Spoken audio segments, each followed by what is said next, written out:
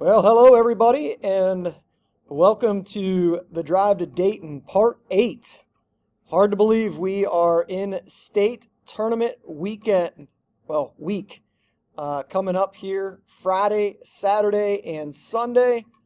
We are down to just 16 teams. 64 last week. We've narrowed that down to 16 teams. Um, Only 3 days left in the season. That's a little disappointing, but this is always a fun 3 days to see who we crown. Roth, what's going on, man? Not too much. Spent the weekend watching a variety of basketball. On Tuesday went up to Bowling Green, saw the D4 Northwest Ohio regional semis. Then on Thursday, had a very busy day. Started up in Cleveland at 1 p.m. for the Ohio Bobcats MAC quarterfinal victory over Ball State, and then went down to the Canton Civic Center for the Northeast D2 regional semis. And then Friday, went back to the Rocket Mortgage Fieldhouse, watched Ohio unfortunately see their season come to an end against Toledo. And then on Saturday, came back to Athens and caught the Bishop Reedy versus Fairfield Union regional championship game. And then in between all that, watched a ton of college basketball on TV as well. So a fun week. And we got a bracket in college basketball and just a couple games left for the high school kids this year. Yeah, it's truly an extremely busy time. Last week you had conference tournaments going on in college basketball. You had the girls' state tournament going on in Dayton, regional boys. You got NFL free agency all over the place, NFL draft talk. You got NBA. Just so much stuff going on right now in the sports world. So here we are. Seems like it takes forever to get here, but when you look at it's like all of this happens so quickly. We get from 800 to 16 very quickly, and now we're in state tournament week. So let's look back here at a pretty busy regional week. Roth, who's your team of the week? You know, I'm gonna show love to Wayne Trace, even though they're out. I like it. They gave OG all they can handle, and I think we're going to spend the rest of the podcast mostly talking about teams that are still alive. So for my team of the week, I went with maybe the most impressive team that went home this week, and that's Wayne Trace, who pushed Ottawa Glandorf to double overtime in their Division III regional final. They had a great tournament run, buzzer beater in the district championship, and they return a lot of pieces. So just want to give a shout out to Wayne Trace. I like that little different direction. For me, I had a hard time. I had two teams, and I'll just give a shout out to both teams. The first one is the Highland Hawks. It's just absolutely amazing what they do. I thought the nail was in the coffin on Friday night. They were down 27-11 at halftime. They were down 13 going into the fourth quarter, and then they outscore Northside Christian 28-13 in the fourth quarter and get a 52-50 win. On Tuesday, they had a really tight game with Federal Hawking. They needed a late basket from Sammy Detweiler to help them advance in that one. I think it was 55-51. It's just amazing, really, what Highland does.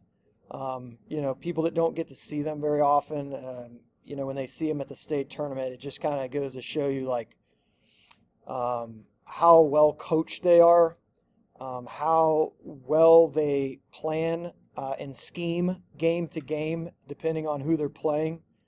And really, when they lose, it's because the other team is just far superior.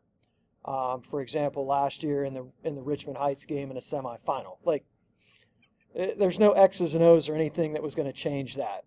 But just an incredible job Mark Schlaball does with the Highland Hawks. I believe he won his 500th game, which is incredible. It has to be one of the youngest coaches to ever achieve that mark. Yeah, I mean, with that shaved head, it's like he never ages. Like he just always looks the same.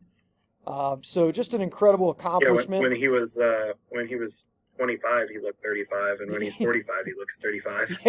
Yeah. So yeah, just shout out to those guys up in Berlin for another incredible run. And the other one was Toledo St. John's. All season, kind of like a roller coaster. They were good enough to, I think, be 13-9 in the regular season. Started 5-8. Yeah, got hot. Or no, that was Gilmore that started 5-8 and then finished 13-9. My apologies. I would not. You could have given me 100 opportunities. I'm not sure I would have picked St. John's to be the representative in the Final Four, but here they are. An amazing job, and congratulations to the Titans. They will have an opportunity to break the longest drought in major metropolitan history. The last state championship from a Toledo area team, 1990. Toledo Scott, 33 years ago. So Wow.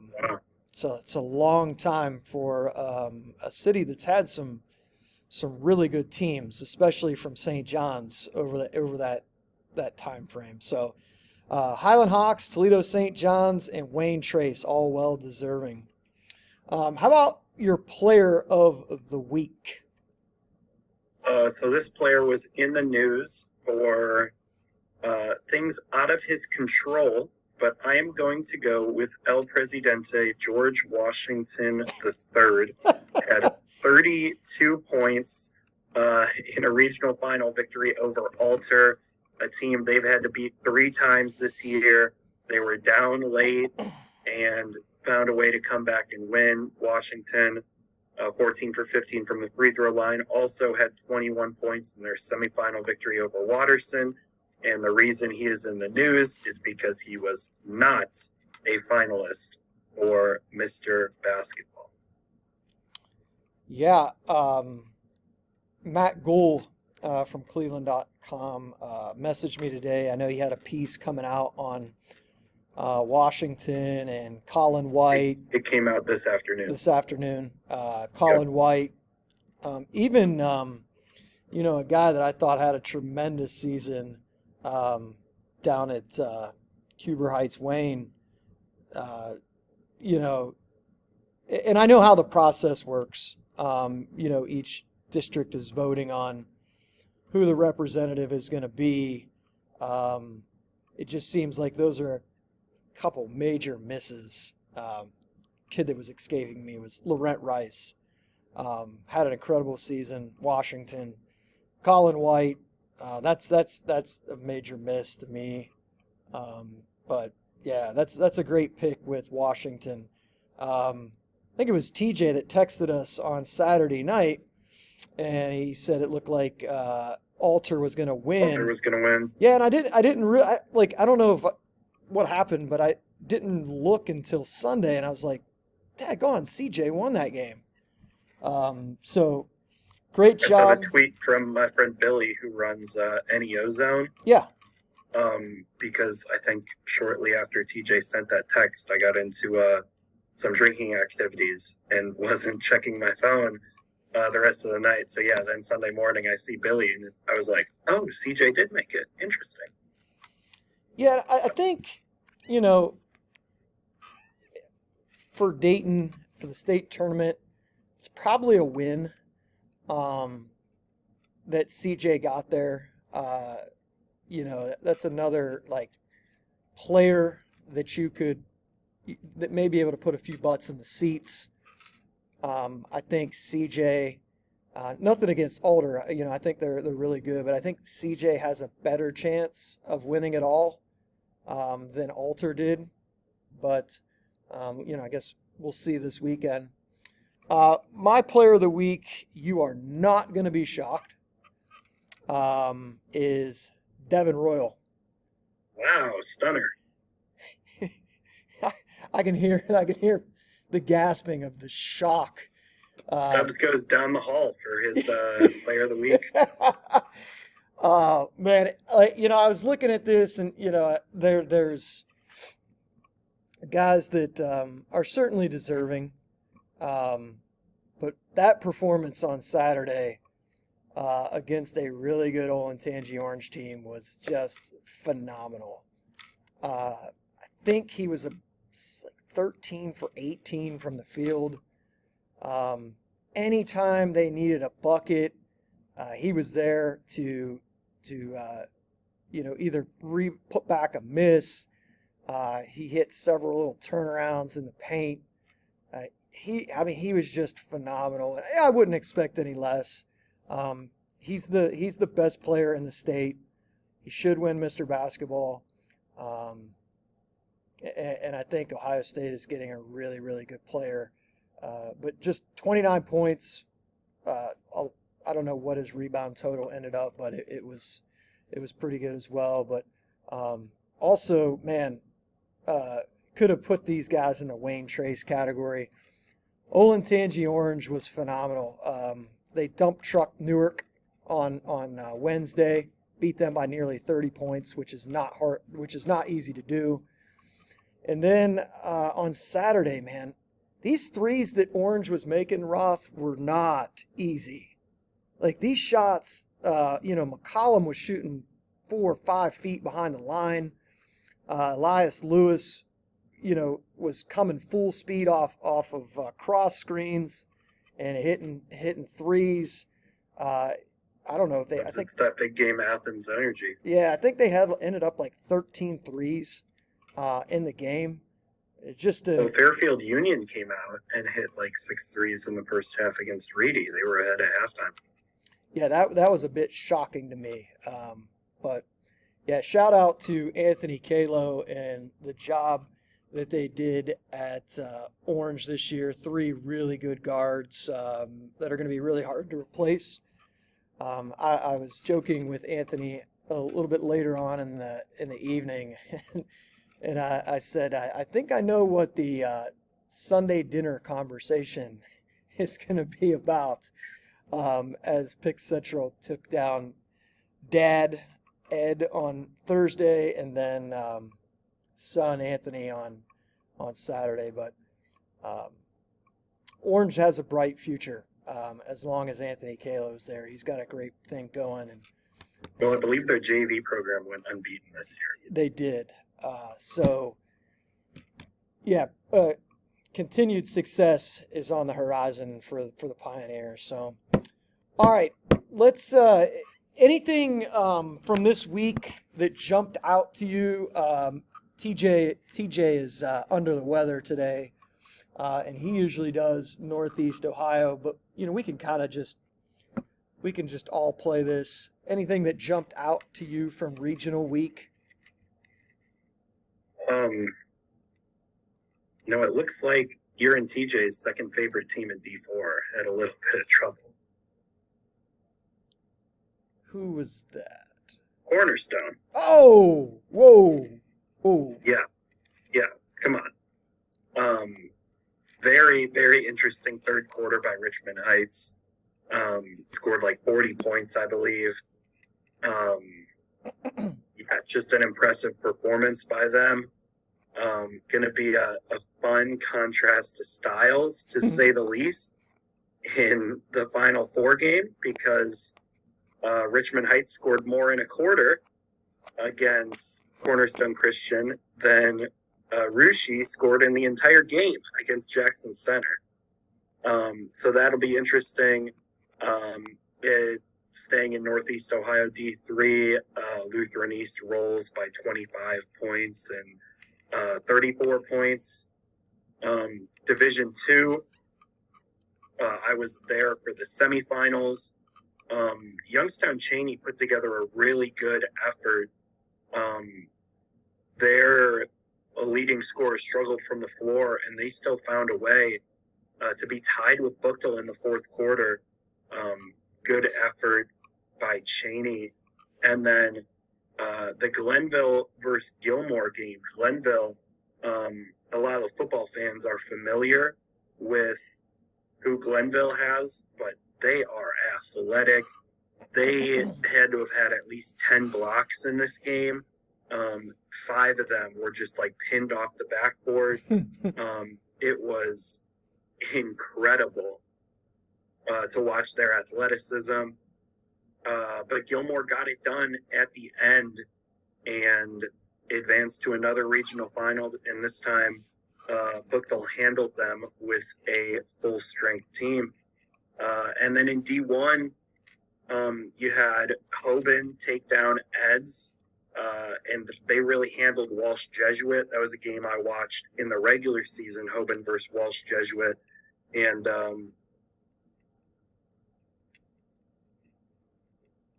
that game wasn't completely stunning to me that Hoban handled Walsh Jesuit again. Freshman Sam Greer, a name to know, multi-sport athlete at Hoban, the big fella, controls the paint and also the line of scrimmage on the gridiron. And then we know St. John's made it, but they got to play Garfield Heights after the first of 2 controversial late game calls lifted Garfield Heights and Convoy Crestview to the Final Four with foul calls with under 3 seconds left. Yeah, I must have watched that Crestview play 15 times. It's tough when you don't see it. You're not seeing it at full speed. It just seems like he wasn't, going to the basket. He was kind of heading towards the corner. I don't know if you call that or not, but regardless, he still had to go to the line under a lot of pressure, and he knocked down one of those free throws. And Coach Doug Etzler gets the Convoy Crestview Knights back to the state tournament for the first time since winning it in 2019, but that was under Jeremy Best. So Etzler will go for his first state championship as the head coach. For me, Roth, there was a couple things that stood out this week. Obviously, you mentioned the Richmond Heights game. 38-12 was that third quarter. A lot of teams didn't get to 38 this week. No, the shooting performance and the ball movement in that game by Richmond Heights was just absolutely incredible. Just a plethora of guys making shots behind the arc. Very unselfish basketball team. They move the ball extremely quick and get it up the floor extremely quick. Shooters are in place. They are beating teams in the tournament by an average of 43 points per game. And then you have... Shout out Mogador. Yeah, thanks to Mogador. And then you have Lutheran East, who's quietly, winning their tournament games by 36 points per game. They've kind of, for a team that is, I believe this is their 6th consecutive state tournament appearance. They've kind of flew under the radar a little bit here late in the season, but man, they have really been just trouncing people on the way to Dayton. So those 2 teams for sure are going to make a lot of noise this weekend. A game I watched a little bit of on the stream, and I was extremely impressed. First time I had seen them was Lutheran West against Sandusky. First of all, when you play Sandusky, the game is going to be insane because they play at a frantic pace and try to turn you over a bunch. But Lutheran West was just too good for that. I think they're a real threat when they get to Dayton this weekend, for sure. Got to see Afrocentric this weekend against South Point. South Point should be very encouraged. 3 junior guards coming back next year. It's a really good place to start. A trio of junior guards. They should be really good again next year. I thought a lot of the top teams in Southeast Ohio for D3 had juniors and sophomores playing key roles. So should be some good depth from that part of the state next year. Yeah, and it was a game Saturday. You know, South Point was down 20-18 at half. Afrocentric came out in the second half and just turned the heat up. It just kept coming at South Point in waves. Fuller, LaRon Fuller, Freeman, obviously Dalen Swain. I thought Preston Steele was great around the basket, getting a lot of tip-ins, doing a lot of the little things for Afrocentric. Which, after seeing Afrocentric on Saturday, got to give a shout out to Garraway. Incredible performance on Wednesday, and they nearly had that game. A couple calls go against them. One they thought was a goaltending, iffy. And then the late call that sent Freeman to the line to make the 2 free throws to beat Garraway. Could have been a jump ball. Again, that was another play I watched maybe 10 times, and it was just really hard to tell, but tough way to go out for Garraway. The Roden brothers, the twins, were fantastic. I wasn't sure if Garraway's guards were going to be able to handle the pressure, but they sure did. They're strong. They know what they're doing. That was a really good performance by those guys, and like I said, they almost pulled that off on Wednesday. Yeah, tough group that does a lot of winning, not just on the hardwood.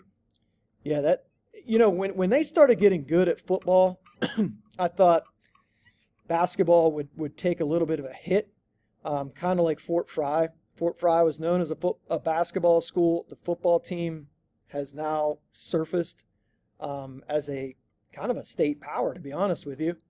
And the basketball team has definitely taken a hit since. But Garraway has stayed the course in both of those sports, football and basketball. They've competed at a high rate. A very underrated sports school there up in Sugar Creek. Roth, something I was thinking about today before the show, it's amazing, and I think this I don't know what this says, but a team as good as Centerville, we haven't really talked a whole lot about them this year. And they just kind of been going about their business, and here they are, 25-3, entering the state tournament for a chance to win their second title in 3 years. Yeah,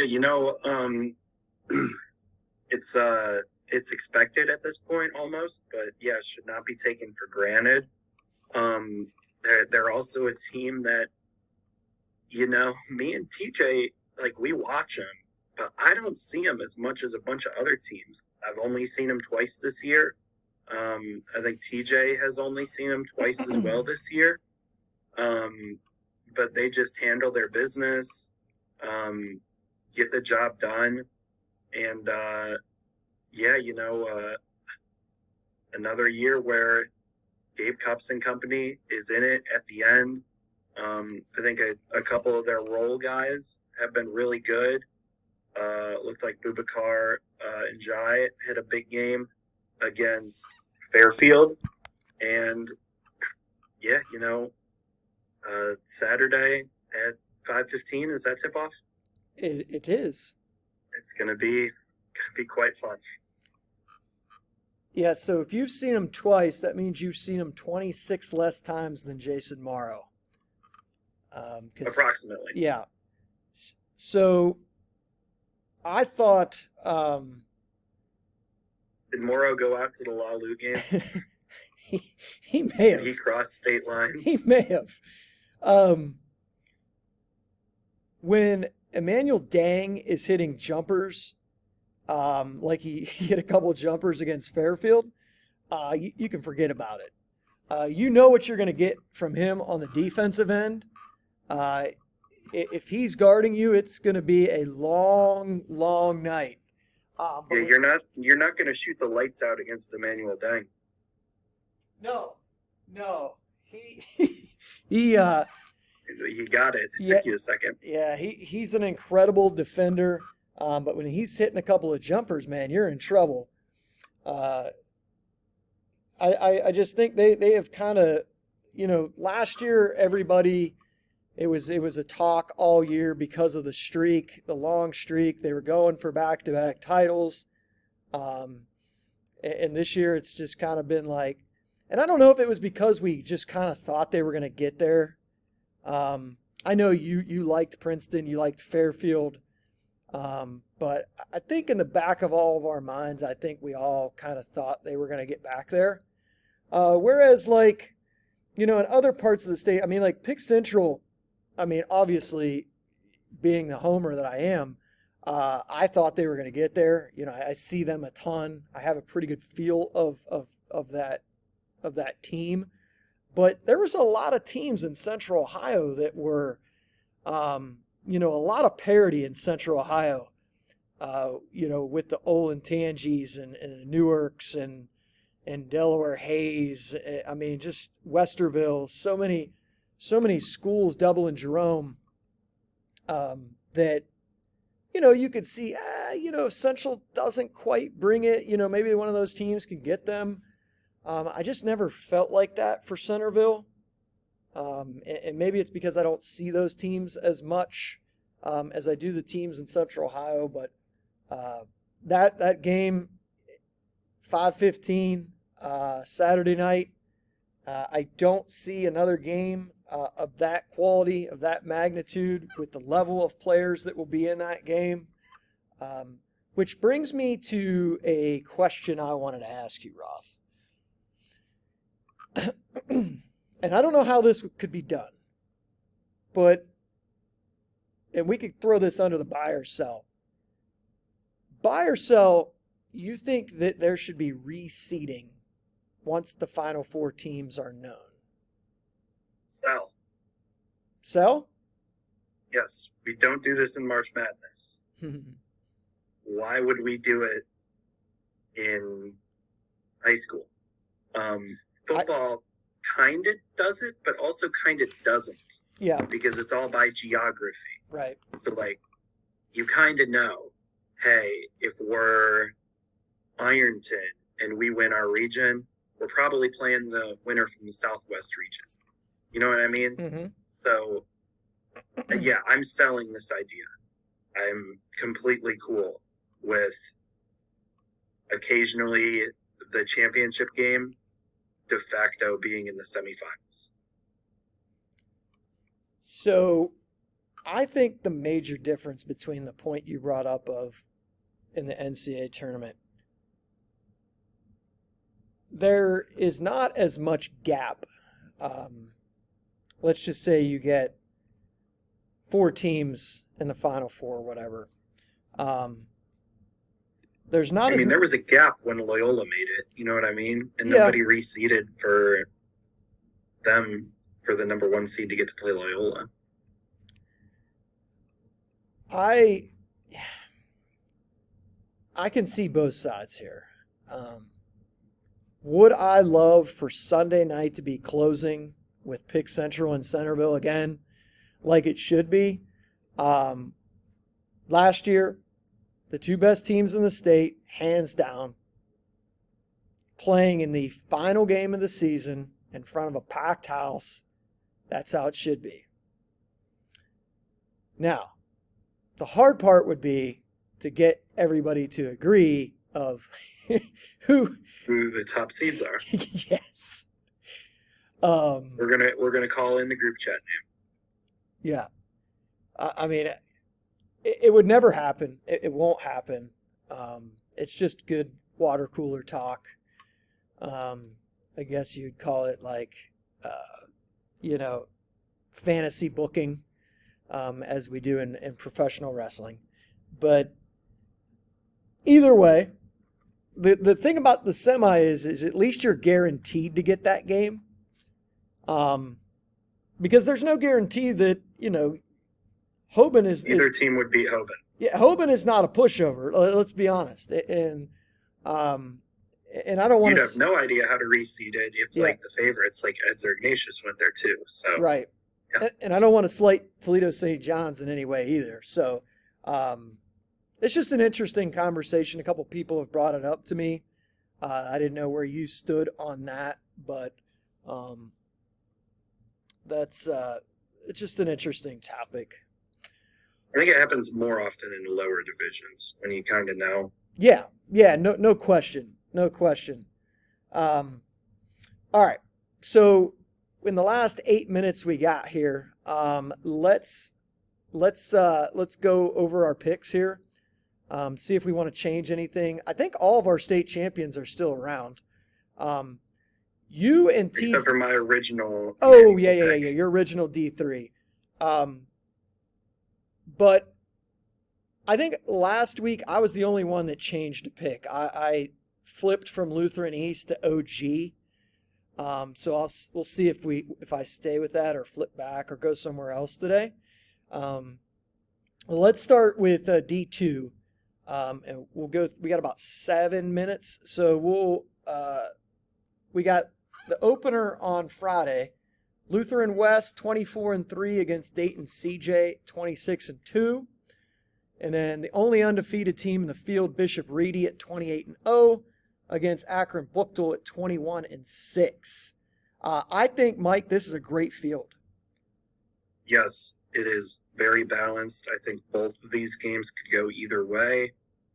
I'm going to lean CJ and Reedy, but they're not strong leans. I think that both of the Northeast Ohio teams have different advantages that they can kind of exploit. So it's going to be interesting, especially because I've watched Buchtel and Reedy in the past 5 days in person. So that's a matchup. I don't really know how it's going to go because Reedy just gets very efficient shots, but they needed a great performance by Charlie Russell to get past Fairfield Union. Buchtel, they got the 2 D1 seniors in Coy Thurman and Amir Robinson. But even with both of those guys having solid performances, they were tied against a Cheney team in the fourth quarter that didn't even bring their A game. So, yeah, it's going to be interesting. I think I'm leaning CJ over Reedy still, but I think I can confidently say that these are the 4 best teams in D2 that all made it to Dayton. And usually the bracket doesn't work out that way for the top 4 teams to make it. Usually 2 of them are in the same region. I think these are the top 4 teams. I agree with you. I'm going to go a little different way. I do completely agree with you that any combination of the championship game here is in play. I'm going to go with Lutheran West to beat CJ, and I'm going to go with Reedy to beat Buchtel. I've rode with Reedy this whole tournament. I want to pick Lutheran West after seeing them, but I'm going to stick with Reedy. I think they're going to finish the deal. Lutheran West can be your early 2023-2024 champs. Okay. Because they return everybody in the starting lineup. So I get a do-over. Yeah. All right, so Reedy's going to end up 30-0, and they're going to beat Lutheran West. All right, Division 4, Highland 19-9 against Convoy Crestview at 24-3, and Rushi at 25-3 against 27-0 Richmond Heights. I think we can. Yeah. I think we can get through this one quick. Yeah, I was hoping that we'd see Marion local because I thought that, with their size, I thought maybe like it could be a little interesting against Richmond Heights in the title game. But but I really don't see that. I think Rushi is the only shot of it being even semi-competitive, and I'm not even sure what that really looks like at this point. But you never know. You never know if Rushi figures out a way to kind of play stall ball and pass it around the perimeter. And if they have an early lead, how that forces Richmond Heights to sort of press defensively. But yeah, it should be a Richmond Heights cakewalk. And I think Crestview just has more bodies than Highland, but I wouldn't be stunned if that went the other way. Yeah, I think Highland Crestview is going to be like a first team to 40 type game. Highland has a little bit of size too, especially with Yoder inside. I do think Crestview eventually gets by them. Rushi and Richmond Heights, one thing I can tell you is Rushi is not going to win this game with 27 points. I've been trying to drum up scenarios where Rushi can, muck this up a little bit and, kind of use, they do have a lot of different guys. I just don't. There's just too much firepower for Richmond Heights. There are just too many bodies, or too many guys that can do things. And when you got a guy like Derek Barber running the show, who's gonna, keep. It seems almost like a Kirtland or Marion local sometimes when they're in like the small school football, and you're just like Marion local before their state title game against Newark Catholic. We covered Newark Catholic, and I was like, yeah, I don't know how they compete like man to man against them. Yeah, so I got Richmond Heights over Convoy Crestview in the D4 title game. All right, Division 3, OG at 24-3 against Afrocentric 23-5. That's a pick'em to me. Harvest Prep 21-6 against Lutheran East 20-5. I think Lutheran East, they've been my favorite all season. They're playing at an extremely high level right now. I was impressed that Harvest Prep was able to get back to the Final Four. They kind of just sort of treaded water throughout the regular season, didn't have any super impressive wins.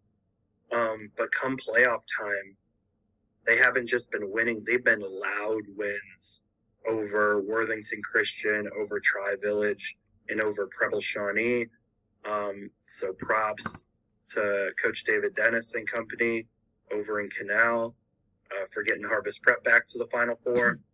I agree with the Afrocentric OG game being a pick'em.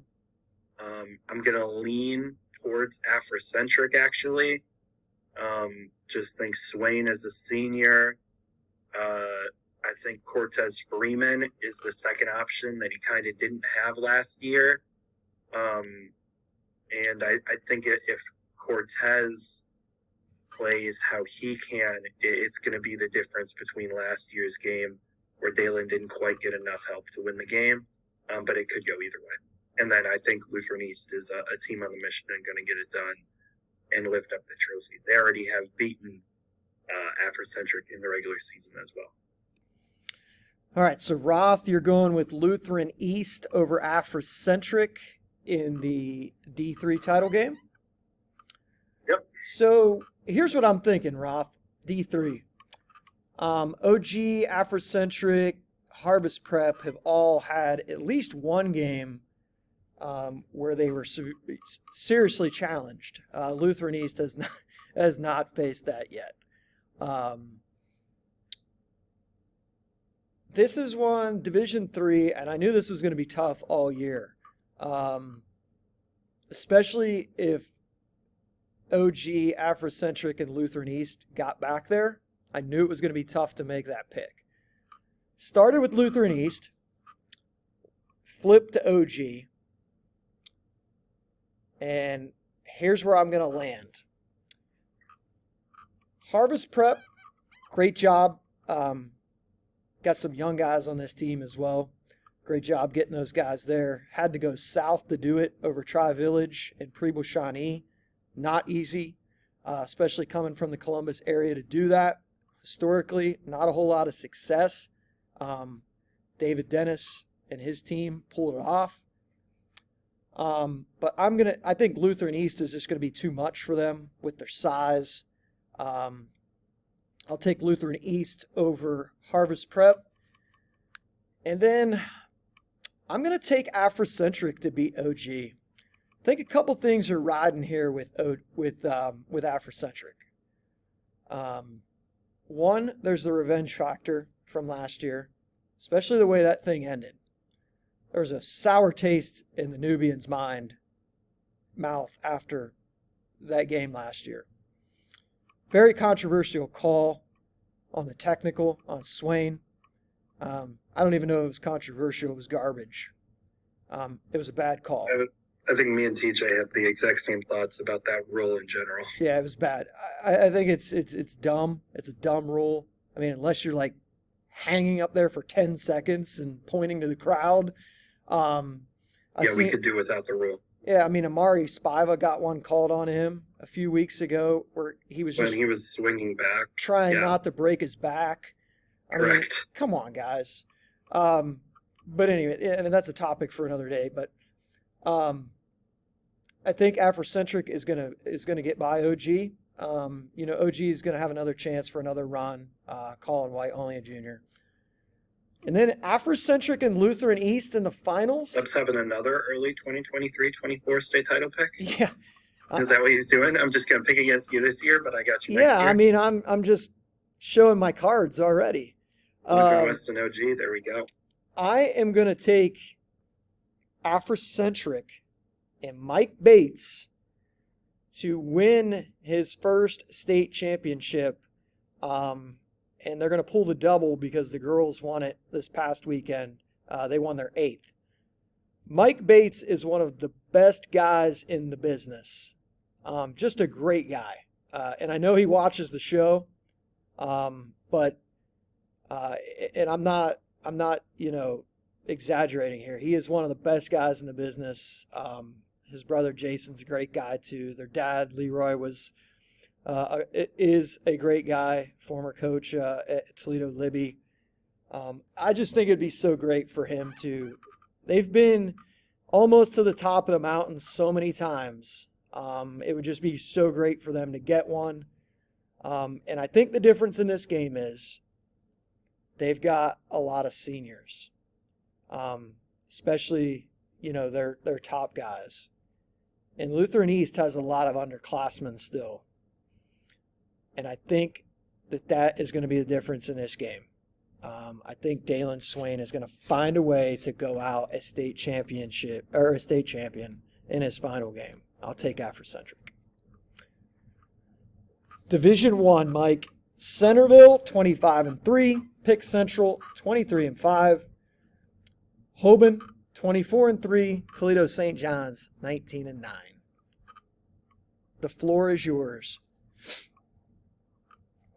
So for a diversity of thought, we're going to go with Centerville.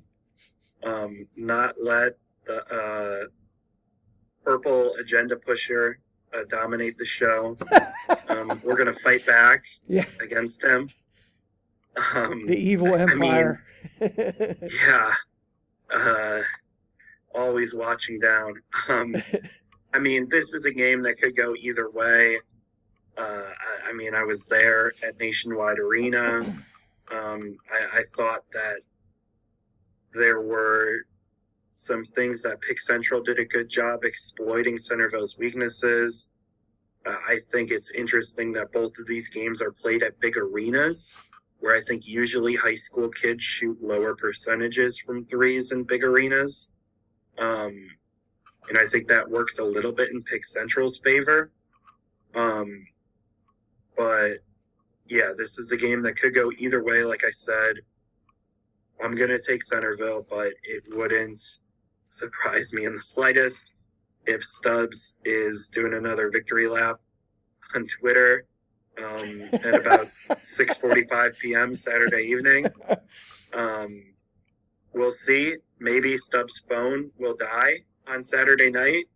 That is a possibility. His phone might be at 80% at 3 minutes to go in the fourth, at 0% when the game's over. We have no idea his phone, it sometimes has issues, okay? So the University of Dayton, make sure you have plugs available for Stubbs. Make sure like that Wi-Fi is working good so Stubbs can tweet out, win or lose, what happens. And then in the other game, um, I think this is where it comes to an end for Toledo St. John's, and I think Hoban just has a lot more. And I think it's going to be really interesting paying attention if it is Hoban versus the winner of Pick Central and Centerville. What's that first quarter? Because if Centerville and Pick Central celebrate Saturday night like they won the state title and Hoban comes out and punches them in the mouth, you're going to have a really interesting game on Sunday. I think Centerville and Pick Central, when focused, should be the favorites over Hoban. But if either one of them, and we've seen Pick Central play down to their competition a couple times this year, so like if they beat Centerville and they think they got the state title wrapped up, I think Hoban's going to have something to say about it on Sunday night if they're the ones that meet them. So that's something I'm very intrigued by. How is that first quarter on Sunday of the winner between Pick Central and Centerville versus Hoban? Because I'm going to be honest, I couldn't see Toledo St. John's beating either of these teams. If they win the trophy, you can post this clip again and we can all laugh at Roth again. But yeah, so we'll see. Should be a fun Final Four weekend. CJ Hornbeek and company have proved me wrong before, so maybe he'll just do it again. But yeah, should be fun. So you got Centerville over Hoban. Yes. Okay. I agree with all of your analysis there. I mean, Hoban has been playing a high level brand of basketball lately, and those two guards are no joke. Jonas Nichols and Will Scott Jr. I mean, those guys can play with anybody. I also think they have a couple different guys they can throw on Devin Royal that Olentangy Orange didn't have. Hoban, a very good football program. Their kids hit the weight room. So I think that would be interesting if that's the matchup, where I didn't get to watch the Pick Central versus Olentangy Orange game in person, but in the highlights there were a couple plays where Devin just physically overpowered the Orange kids, and I don't think that would happen against Hoban. I mean, I went to their high school. Their weight room is serious, and it shows on court. Yeah, I'm with you. I think they're going to beat Toledo St. John's. I mean, I'm 80-90% confident on that one.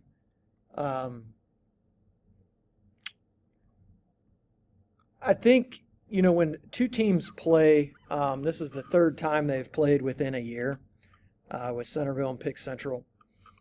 Centerville got them in double overtime at the game you were at Nationwide Arena. I think Centerville won the wrong game. I think Pick Central will be locked in. They have multiple guys they can throw at Cups. They want to get the ball out of Cups' hands, because he's the straw that stirs the drink. And I just think that Devin Royal, Anthony Kalo said it to me last week. He said, they got a guy that's going to Ohio State, and he's a stud. And very few teams have that. And when push comes to shove and you need a bucket, and he did it last year in that state championship game. He just got down there on that block and just said, nobody's going to stop me. So I think this is going to be another classic. I think it's going to be who executes in the last couple of minutes. I'm going to ride with Central. And I do think that either way, Centerville against Hoban, I don't see that as don't sleep on Hoban. Do not sleep on Hoban. But I do eventually think that Pick Central will beat Hoban on Sunday night and become the first public school to win back-to-back state championships since Kent McKinley and 0506. In Division One. In Division Before One. we get all the corrections. Yes, Division One. Thank you, Roth. Yep, I got you. I'm ahead of the Twitter reply guys. We got a lot of them. Well, Roth, hope to see you down there in Dayton this weekend. Enjoy your week. The madness begins on Tuesday with the first four. In Dayton. So big week for the 937. I know they're a little disappointed that their Flyers did not make it. They love their Flyers. One made field goal in the last 13 minutes. Only game that's going to win is Rushy Jackson Center. That is the one. That is the one. So for Mike Roth, I'm Kurt Stubbs. We'll be back next week to finish out the drive to Dayton with some awards and things like that. But until then, have a great week, guys.